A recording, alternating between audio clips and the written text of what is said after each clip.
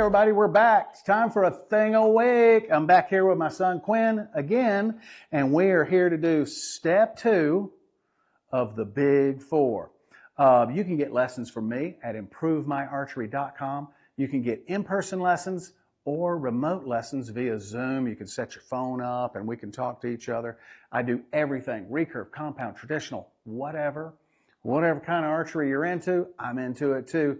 Buy some lessons, improvemyarchery.com. You can look at my schedule, pick a date and a time that's convenient to you, and I'll be there waiting on you when the time comes. So anyway, here we go. This is the Big 4, step 2. And if you're just joining us, step 1, go back and take a look at step 1. Step 1, we got our fingers in the release in a consistent way. We put our hand in the bow in a consistent way and addressed our body to the target in a consistent way. Now, we're going to pull the bow back. So Quinn, get to the end of step 1, and then now we've got step 1, the hand's in the bow, it's fixed, it doesn't move after this. He's got his fingers in the release, it's fixed, it doesn't move after this. He has his hand angle, whatever he's going to be at full draw. That's set, it doesn't move after this. He set it right in front of his face where he could get it into position. Now, pull the bow. Now he's got the bow back to full draw. And he's going to hold this away from his anchor. So let's do this again. So what he'll do is he's going to raise it and draw it back.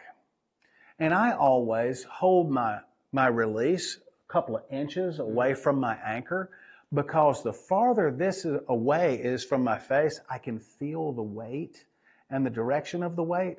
Once I get my elbow around behind my head, my bone structure is supporting most of the weight anymore, and I don't have the perception of feel as much at full draw. So this time when you pull it back, put a little space, right?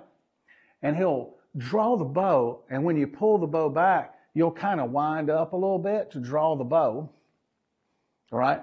And once you're there, and you're holding the bow at full draw, and you kind of level off with the target, and then you will release the tension out of your shoulders and let them get back into their, natural and neutral position. That's where you'll be the most stable. And when your shoulders are down, your back tension works. If they're up, it can't work, okay? So go ahead and give it a go.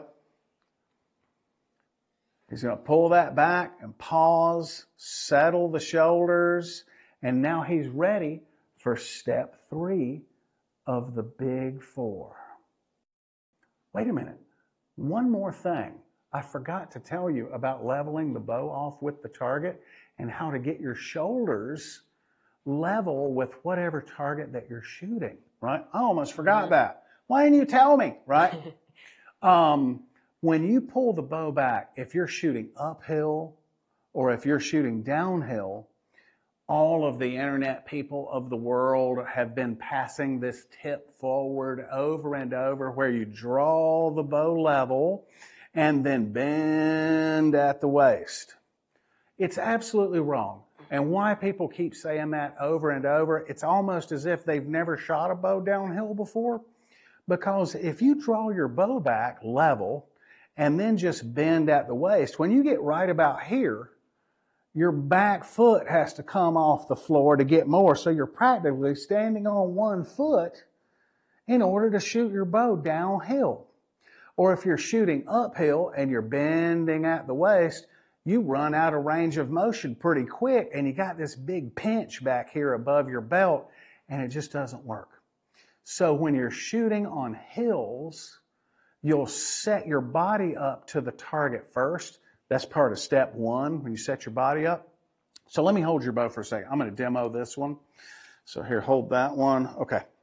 So if I wanted to shoot an uphill shot, the first thing I'm going to do is, I'm outdoors, the footing might be weird or whatever, so I'm going to hold my bow like this so my gravity is similar to what it's going to be at full draw.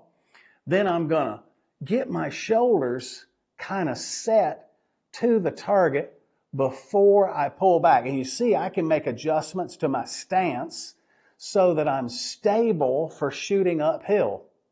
Then I'll raise the bow slightly above the target, draw the bow back, settle the tension out of my shoulders, and then get ready for step 3, which is putting the pin on the target and anchoring.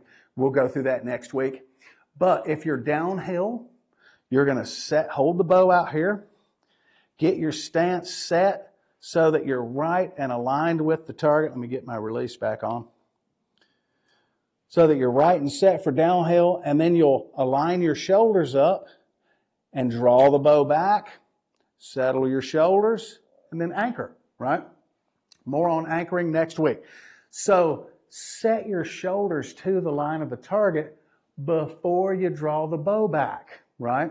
So that way, you may have noticed when you shoot uphill, the shot's kind of weak and you're unsteady and your pin's all over the place and your pin is still, because when you just do this, you effectively shorten your draw length, which makes your holding weight go down, or you're reducing weight, which makes your bow unsteady. So when you set your shoulders up first, you can put the normal power and pressure in the bow.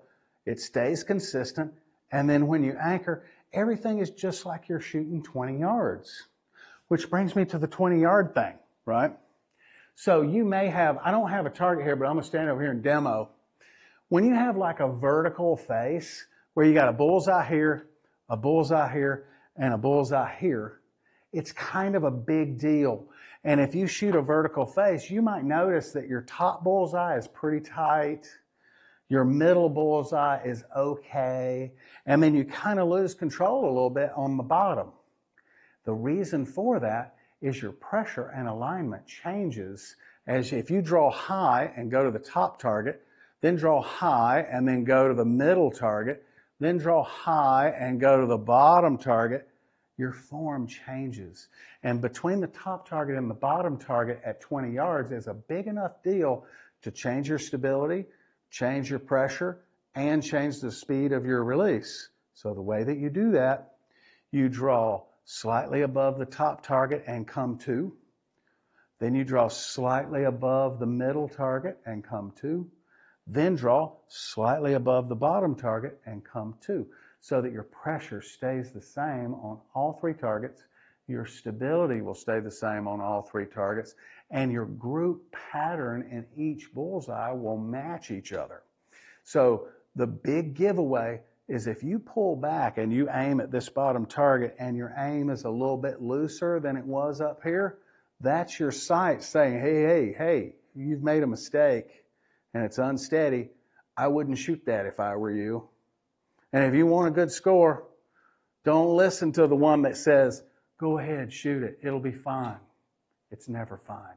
Don't shoot it, right? So just like shooting uphill and downhill, you set up. It's just in a smaller way for a vertical face, okay? So that is the end of step 2 of the Big 4. I'll see you next week for step 3.